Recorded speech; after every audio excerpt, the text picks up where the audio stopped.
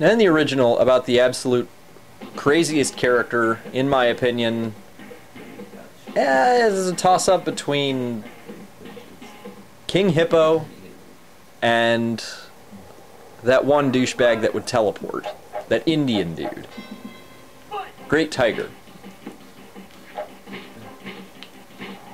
In this very particular circuit, you will see guys that trump that far and away. Now, Aaron Ryan is not one of them. Aaron Ryan is actually a somewhat respectable character, because for the most part, he's a boxer. He's a more worthy successor to Piston Hurricane than the other guy was, or Piston Honda. Excuse me. He's a more worthy successor to Piston Honda than Piston Hurricane was. He uses the same move, but faster, which he's about to do here. But I blocked him from doing so, thankfully. And he seems to be very resilient. Now, I don't know if there's a difference between how much damage different characters take, but Aaron Ryan is very tough. I always have trouble with him in general. Not so much this time. So I actually like him. And he has character. He's Irish. He looks somewhat Irish, I suppose. He's got a streak of toughness in him. And that he considers you a little wimp. He wears green. So there's more that comes together for his character than most others. That's where this circuit really ends its winning streak, as far as characters go. Well, except for Super Macho Man. Because after you fight Aaron Ryan, a fairly manly character, you fight this thing. Now, I suppose you could call this a commentary on the Japanese penchant for making their men look like women. The whole metrosexual thing that seems to be very popular, especially in Castlevania and Final Fantasy. But really, I fail to see the excuse for this. The character sounds like a woman most of the time. Obviously, the look is there. This is basically Sephiroth without a penis. Not that Sephiroth had much of one to begin with, but that's another story. But he uses his hair. Now, I know, very nice gal, and she used to enjoy smacking me with her long hair. She thought it was kind of amusing. I won't explain why. It was. It hurt like hell. But that's the thing. It was a girl doing it, not a man trying to be a girl. Now, I don't know about you, but when I fight in a boxing match, in a game, I want to fight a man. Or at least a good-looking woman that fights like a man. Not a tranny in waiting. There's not too much to say. The character is just annoying as hell. Is not very powerful.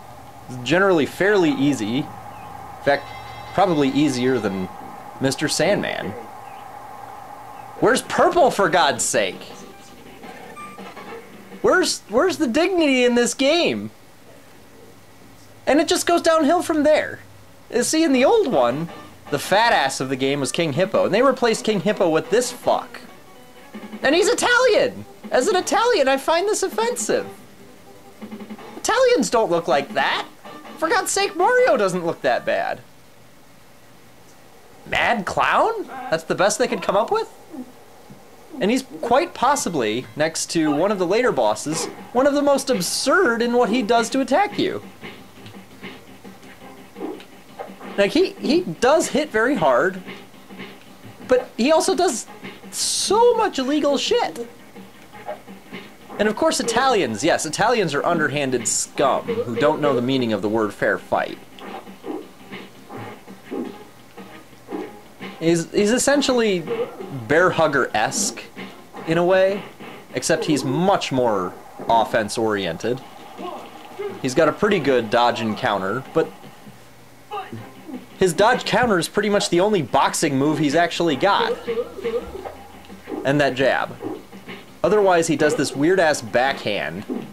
He throws balls at you. Now, if this guy didn't need to look any gayer or act any gayer, he throws balls at you.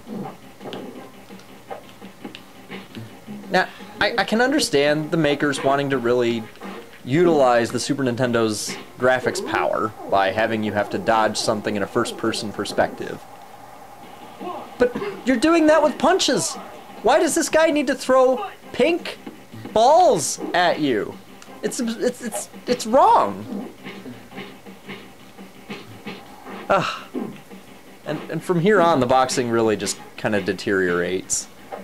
I mean, there are cases of other boxers in the game, but by that point, you're so sullied. You feel so dirty, having played the first 3 circuits full of freak shows.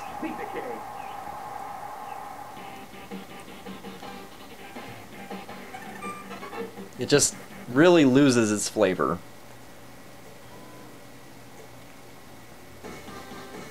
Can't believe I actually beat that guy in under a minute at one point. This is the last thing that kind of helps this circuit out. That is Super Macho Man. And I say helps out very carefully, because Super Macho Man in the original was a nasty dude, and I mean that in more than one way. He was nasty to fight, but he was also just plain nasty. He would flex his pecs in this most disturbing fashion. And he doesn't do that in this. They just made him look a little gayer, I think. They gave him platinum-colored hair. Maybe that's actually gray hair, and he's just aged from when he was boxing in the original Punch-Out. It has been like 10 years. He kicked my ass because I just couldn't remember everything he did. But to be honest, he's nothing more than a quicker Rey Mysterio.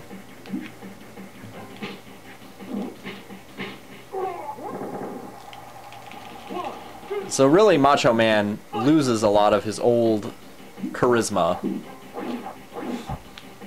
And I don't know if I want to say uniqueness, but certainly a lot of the characters have very similar fighting styles. And in the old one, you know, everybody had a punch and an uppercut and stuff like that, but the differences in the character models was enough to make each character's fighting style his own.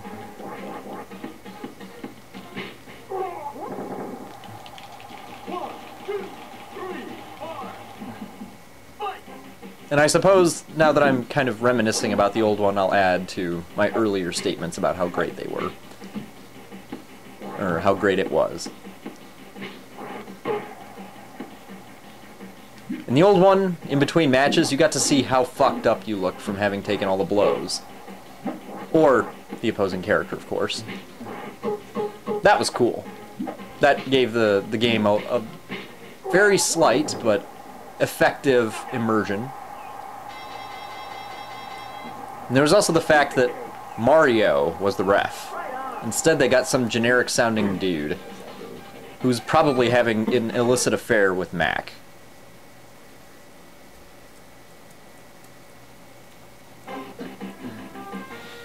But we're not done yet. No. We're getting to the special circuit.